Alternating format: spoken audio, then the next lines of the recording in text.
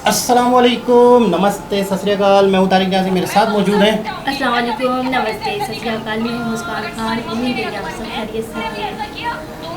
अस्सलाम वालेकुम, नमस्ते, सत श्री अकाल। मैं हूं रोज। कैसे हैं आप सब? उम्मीद करती हूँ खैरियत से होंगे, खुश होंगे। अपने माँ बाप का ख्याल रखें और अपना भी।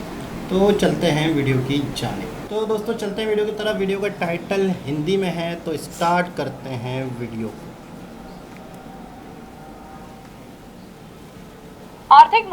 आर्थिक मोर्चे पर देश के लिए अच्छी खबर आई है। 2023-24 में जीडीपी विकास दर 8% के पार हो गया है।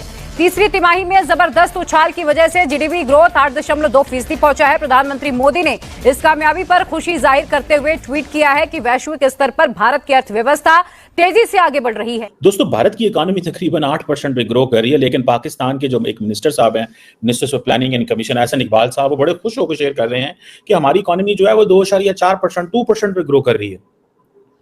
मतलब वो ये कह रहे हैं कि पिछले साल तो हम माइनस में थे। दुनिया का ऐसा कौन सा मुल्क हो सकता है जिसकी पॉपुलेशन 240 मिलियन हो और उसकी जो ग्रोथ रेट है वो 2% और 1% एंड 0% हो? Very inspiring because we were expecting this number. Pakistan और हमारे पड़ोसी मुल्क इंडिया की आज़ाद एक दफ़ा हुए, आज़ाद एक ही दिन में हुए, लेकिन अगर इकोनॉमी के लिहाज से देखा जाए तो वो हमसे बहुत ज़्यादा आगे चला गया। हम वहीं के वहीं ठहरे। तो आरबीआई की बैलेंस शीट जो है वो 884.76 अरब डॉलर पर पहुंच गई है।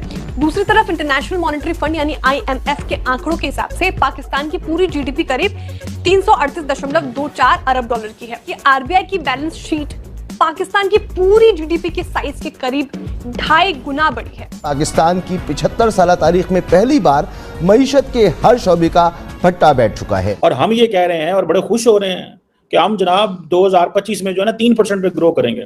और भाई आपके मुकाबले में एक मुल्क है जिसका नाम भारत है, वो तकरीबन 8% पे ग्रो कर रहा है, 8% पे ग्रो कर रहा है। और ये आपके सामने IMF, world bank, every global financial institution is talking this. मेरे ख्याल में ये सिचुएशन है जो वो डायर, जो मैं खुद सोच रहा था, कोलैप्स के नजदीक हम हैं। जय हिंद दोस्तों, बहुत खुशखबरी वाले आंकड़े निकल के सामने आए आरबीआई की तरफ से। आरबीआई ने अपडेट किया कि जो अभी तिमाही बीती है 2023-24 की, जो अभी पिछली लास्ट तिमाही बीती है, पिछले जो 3 महीने रहे हैं, उसमें भारत का जो जीडीपी का विकास दर रहा है वो 8.2 रहा है। इसी के हिसाब से आने वाले समय में जो प्रिडिक्शन लगाया जा रहा है अब वो अगले तिमाही के लिए वो 8.4 के आसपास हो गया। ठीक है, इट मीन्स कि जो भारत की अर्थव्यवस्था थी उसने 8% ग्रोथ की है, 8% से ग्रोथ की है बीते हुए 3 महीनों। इसी से आप अंदाज़ा लगा सकते हैं इससे क्या होगा, भारत में आर्थिक स्टेबिलिटी आएगी, इन्वेस्टमेंट आएगा, और साथ के साथ जो हमें रेस में लगे हुए हैं चाइना की मुकाबला करने में अर्थव्यवस्था के तौर पे, तो उसमें भी काफ़ी भारी मदद मिलेगी। अभी हमें जापान और जर्मनी को भी बीट करना है, तो भारत अगर इस हिसाब से ग्रोथ करता रहा तो 2025 खत्म होते ही भारत तीसरी बड़ी अर्थव्यवस्था बन जाएगा। अभी हाल फिलहाल में कोई चौथी कहता है, कोई 5वीं कहता है, लेकिन अगर इस हिसाब से ग्रोथ रेट चलता रहा तो भारत श्योरली यूएसए, चाइना के बाद तीसरा सबसे बड़ी अर्थव्यवस्था बन जाएगा अगर 8 के प्लस भारत की जीडीपी ग्रोथ रेट रहती है। पाकिस्तान और चाइना इसको लेके काफ़ी ज़्यादा सहमे हुए हैं कि जिस हिसाब से भारत की जीडीपी विकास दर हो रही है। चाइना में ग्लोबल टाइम्स में भी नरेंद्र मोदी जी की नीतियों की तारीफ हमें अब महीने हफ्ते में एक आध बार दिख जा रही है।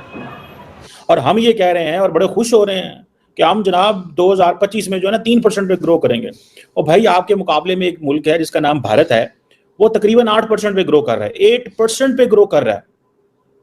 और ये आपके सामने IMF, world bank, every global financial institution is talking this. And 2024 में वो 8% पे ग्रो करेंगे। कल उनकी स्टॉक मार्केट जो है वो 5 ट्रिलियन पे पहुंच गई। हांगकांग से वो पीछे हैं, चाइना से पीछे हैं, अमेरिका से पीछे हैं। वो मतलब सिर्फ इतना सा फर्क रह गया। और हमारे यहाँ अच्छा, अब अगर इनसे पूछें तो वो कहेंगे भाईजान इसमें हमारा क्या कसूर है, वो तो पिछलों ने किया है। पिछलों से पूछेंगे वो कहेंगे हमारा क्या कसूर है, हमारी तो हुकूमत चली गई थी तो हम वो इकोनॉमी स्लो हो गई।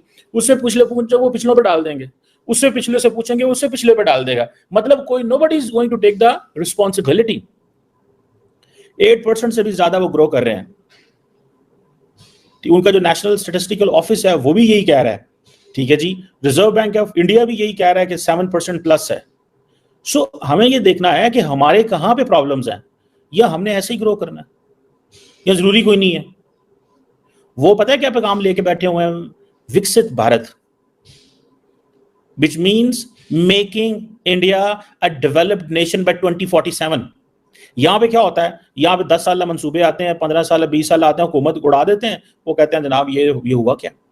दोस्तों भारत की इकोनॉमी तकरीबन 8% पे ग्रो कर रही है, लेकिन पाकिस्तान के जो एक मिनिस्टर साहब हैं, ministers of planning and commission Ahsan Iqbal साहब, वो बड़े खुश होकर शेयर कर रहे हैं कि हमारी इकोनॉमी जो है वो 2.4% 2% पे ग्रो कर रही है।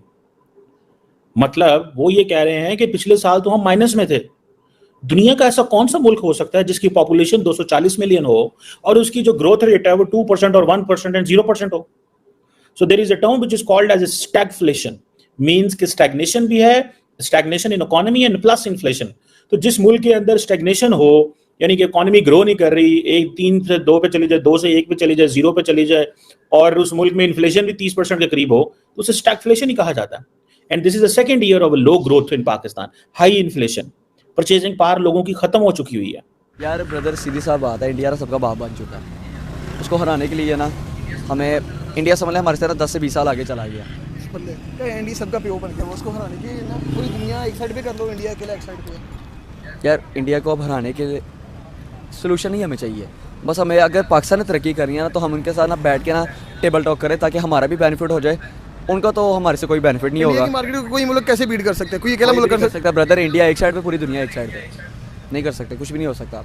उनके पास दुनिया के जितने बड़े अमीर लोग हैं सारे इंडिया में बैठे हैं। हमारा मुल्क के देखो, इंडिया क्यों तरक्की करे? उनके मुल्क में सियासी स्टेबिलिटी है। जो भी हुकूमत आते वो 5 साल पूरा करते और अपना मुल्क को ऊपर ले जाते हैं। हमारा मुल्क, मैं यहाँ पर बात करता हूँ, आपने देखा कि अगर मैं इंडिया के बारे में एक लफ्ज़ बोलता हूँ तो लोग जज्बाती हो जाते हैं। मुझे ये नहीं समझ में आती, भाई वो इकोनॉमिकल तौर पर स्ट्रॉन्ग हो गया, अब हमारी बारी है आगे बढ़ने की। आप क्या समझते हो, इस बात से एग्री करते हो या नहीं? इस बात से एग्री करते हैं बिल्कुल। जो लोग इंडिया के अगेंस्ट जा रहे हैं ना, वो तो बिल्कुल उनके अंदर ही नेगेटिविटी भरी हुई है। और मेन जो बात है कि हमारा मुल्क का मसला क्या है, मसले पे आना चाहिए। ऐसा तो मैं भी करूँगा, इंडिया ऐसे हम ऐसे, तो इससे तो बात नहीं बनेगी। हम दोनों मुल्कों को ट्रेड होना चाहिए, दोनों मुल्क हम ट्रेड करें ताकि हमारा मुल्क भी खुशहाल हो और उनका मुल्क भी खुशहाल हो। अब आप इमेजिन करें, फॉरगेट दिस, वो क्या वहाँ पे टर्म्स यूज हो रही है, मोदीनॉमिक्स। इंडिया के अंदर टर्म्स यूज हो रही है मोदीनॉमिक्स। जो उनकी भारतीय जनता पार्टी है, वो कहते हैं कि ये हमारा जो विजन है फॉर इंडिया, दैट इज विकसित भारत 2047, मोदीनॉमिक्स काम करेगी और जो and they are going to get us, ठीक है। उसके पीछे, उनके पीछे बहुत सारी ऐसी चीजें हैं ना, आप ये बता नहीं सकते। क्या हम बता सकते हैं there is a digital revolution?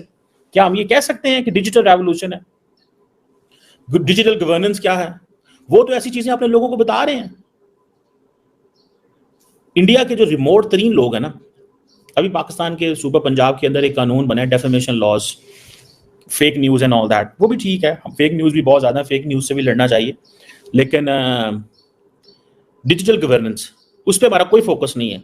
सिर्फ फोकस किस चीज पे है कि खबरदार अगर तुम लोग बोले सच्ची बात की तो तुम्हें हम पकड़ के किसी चीज में अंदर कर देंगे।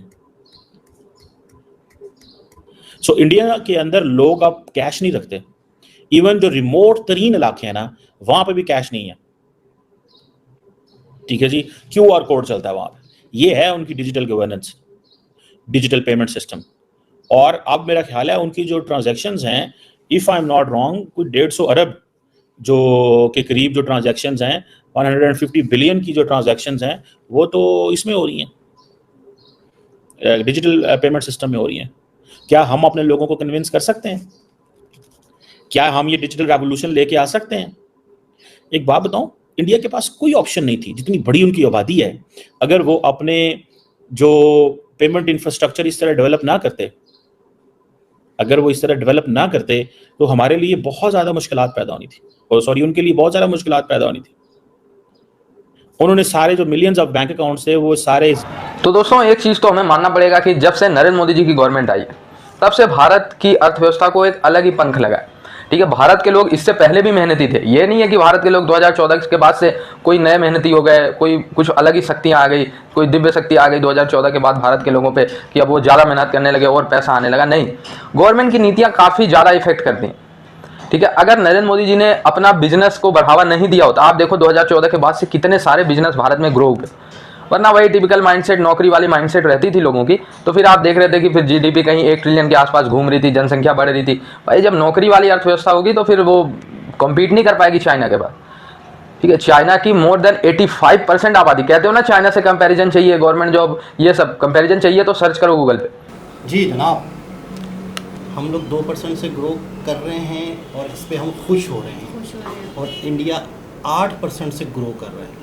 8% उसकी ग्रोथ रेट है। कुछ अर्से पहले मैंने सुना था, 2 से 4 महीने पुरानी बात है, मुझे लगता है 6% से ग्रो कर रहा था, अब 8% से इंटरनेशनल इदारे जो हैं वो बता रहे हैं, ये बड़े बड़े वर्ल्ड बैंक होते हैं, वो बाकायदा एक वो निकालते हैं, 3-3, 4-4 महीने में लेटर निकालते हैं, एक रिसर्च निकालते हैं, जिससे पता चलता है कि किस कंट्री की ग्रोथ रेट कहाँ है। तो ऐसी बात है, जब इस तरह की चीज़ें पता चलती हैं दुनिया को, तो लोग इन्वेस्टमेंट करते हैं, लोगों के पास पैसा है। कई कंट्री ऐसे हैं, या सऊदीया वाले हैं, बहुत सारे ऐसे कंट्री ऐसे हैं जो इन्वेस्टमेंट ढूंढते हैं किस कंट्री में करें। जब इस तरह की खबरें आती हैं इंडिया के हवाले से, तो फिर वो लोग इंडिया में ग्रोथ इन्वेस्टमेंट करते हैं, तो फिर और वो ग्रो करता है। बिल्कुल। और जो मुल्क बदनाम होता है, जिस मुल्क की वैल्यू ख़त्म हो रही होती है, यार वहाँ पे तो करप्शन है, वहाँ पे तो बेईमानी है, वहाँ पे तो चोरियाँ डकैतियाँ हैं, वहाँ पे तो पैसा डूब जाएगा, फिर वो लोग भी नहीं इन्वेस्ट करते। तो इस वजह से और मुल्क पीछे जाते हैं। जो अच्छा काम करता है वो और आगे बढ़ता है, जो गलत काम करता है और पीछे जाता है, बदनाम होता है। बदनामी तो हो चुकी है, इतने पीछे तो हो चुके हैं। अभी आप कह रहे हैं ना कुछ 2 साल बाद ना कि वो 8% में चले जाएंगे, 8% पे इस वक्त हैं और हमारा चले जाएंगे, और 10% पे चले जाएंगे, अब तो और आगे जाएंगे। मतलब कि जन्नत जैसे बहुत तेजी से कर रहे हैं, जन्नत जैसे काम भी शहर तो बन देखिए जाएगी। कितने कितने कर रहे हैं। अभी यहाँ पे आप देख लो, इलेक्शन की वजह से कितनी लड़ाइयाँ हुई थी, कितने झगड़े यहाँ हुए सिर्फ थे। लड़ाई होती यहाँ है पे सिर्फ लड़ाइयाँ झगड़े, उसके चक्कर में ये लोग अपने ऊपर ध्यान देते हैं कि हमारे को ये सीट मिल जाए, हमें वो मिल जाए, तो आवाम के ऊपर कोई ध्यान देना, तो हमारी ग्रोथ कहाँ से होगी? हमारी ग्रोथ तो हो ही नहीं सकती ना। ये लोग अपने ऊपर से ध्यान हटा के हम लोग के ऊपर, आवाम के ऊपर देंगे तो हमारी ग्रोथ होगी ना। कोई बिजनेस पे देंगे तो ग्रोथ होगी ना, वैसे कैसे हो सकती है? जब आवाम के बारे में सोचेंगे तो जाहिर सी बात है, यहाँ पे तो लड़ने से फुर्सत नहीं मिलते उन लोगों को। कोई मैं तो जेल ये में चला गया, समझती कोई हूँ जेल से यहाँ बाहर आ पर गया, जो किसी को- आवाम जो लोग हैं ना, ये अपनी मेहनत से जो भी कमा के खा रहे हैं वो अपनी मेहनत से खा ये रहे तो हैं। शुक्र है या कोई आवाम की, हुकूमत- उससे ये हम 2% पे चल रहे हैं, हाँ। वरना तो मुझे तो लग रहा था कि मुझे 0 पे हुकूमत नहीं, चलेंगे। 0 आप बिल्कुल सही करिए। Zero ही चल रहा है। मुझे भी ऐसा ही लगता है कि हम लोग जो कर रहे हैं अपने बलबूते पे कर रहे हैं, बिल्कुल। गवर्नमेंट का कोई सपोर्ट नहीं है। नहीं है, support बिल्कुल भी नहीं है, किसी चीज़ में कोई support देखिए, अगर नहीं है। सपोर्ट होता तो सबसे पहले वो पेट्रोल सस्ती कर देते हैं, ताकि रिक्शा वाला भी दिखे ना, वो भी बेजार है बेचारा, गाड़ी चलाता है, रोता ही रहता है। आपको पता है कि कहीं- इतनी पेट्रोल इतनी महंगी हो आपको गई पता है है। कई कंट्री ऐसे हैं जहाँ पे आप बेरोजगार हैं ना, हाँ। आपको कई सालों तक, 4-5 साल तक आपको हुकूमत सपोर्ट करती है, तनख्वाह देती है घर बैठने की, बिल्कुल। लेकिन वो ये पूछती है कि आपने कहाँ कहाँ फी भी जमा कराई, हाँ। आप कहाँ कहाँ हाथ पैर मार रहे हो, जद्दोजहद कर रहे हो या नहीं कर रहे हो। हाँ। आपको वो 4 साल तक पैसे देती है घर बैठ के, वाह। लेकिन इसका ये मतलब नहीं है कि आप घर ही बैठे रहो, बिल्कुल ऐसे ऐसे कर, लेकिन वो है। अच्छा हुकूमत कहाँ से पैसे देगी? वो जो टैक्स से। अच्छा, तो हम भी जैसे टैक्स देते हैं वो भी टैक्स देते हैं, सही। उनको हुकूमतें क्या कुछ देती हैं और हमें क्या देती हैं। यहाँ पे बिल्कुल तो हालात दोबारा बेहतर बनाने से हालात बेहतर होता बिल्कुल। है, तो दोबारा किसी सबसे और- गुजारिश है कि आप हालात को बेहतर करें। हमारे पाकिस्तान लिए बहुत भी पीछे दुआ जा रहे करें। हैं, और हम भी चाहते हैं कि हमारे पाकिस्तान बहुत आगे हो, तरक्की करे। अच्छे लोग आएंगे तो हाँ, पाकिस्तान भी आगे अच्छे जाएगा। लोग आए करें, क्योंकि हमारे आवाम बहुत परेशान है, उनकी सारी परेशानी बहुत ज़्यादा परेशानी है। दोबारा किसी और साहब से मुलाकात होती है, जब तक के लिए अल्लाह हाफिज़।